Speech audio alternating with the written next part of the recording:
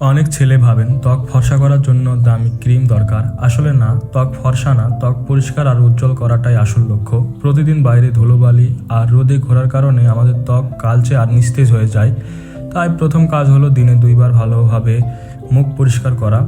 রোদে বের হলে সানস্ক্রিন ব্যবহার করুন, কারণ রোদই ত্বক কালো হওয়ার বড় কারণ। সপ্তাহে 2 দিন বেসন, সামান্য লেবুর রস আর দুধ মিশিয়ে মুখে লাগাতে পারেন। এটা ত্বকের ময়লা দূর করে আর স্বাভাবিক উজ্জ্বলতা ফিরিয়ে আনে। রাতে ঘুমানোর আগে অ্যালোভেরা জেল লাগালে ত্বক হাইড্রেট থাকে এবং ধীরে ধীরে পরিষ্কার দেখায়। সবচেয়ে গুরুত্বপূর্ণ বিষয় হলো প্রচুর পরিমাণে পানি পান করুন আর পর্যাপ্ত ঘুমান। ভেতর থেকে শরীর সুস্থ না হলে বাইরের ত্বক কখনো উজ্জ্বল হবে না। মনে রাখবেন, ক্ষতিকর ফেয়ারনেস ক্রিম নয়, নিয়মিত যত্নই আপনাকে দেবে পরিষ্কার, সতেজ আর প্রাকৃতিক উজ্জ্বল ত্বক।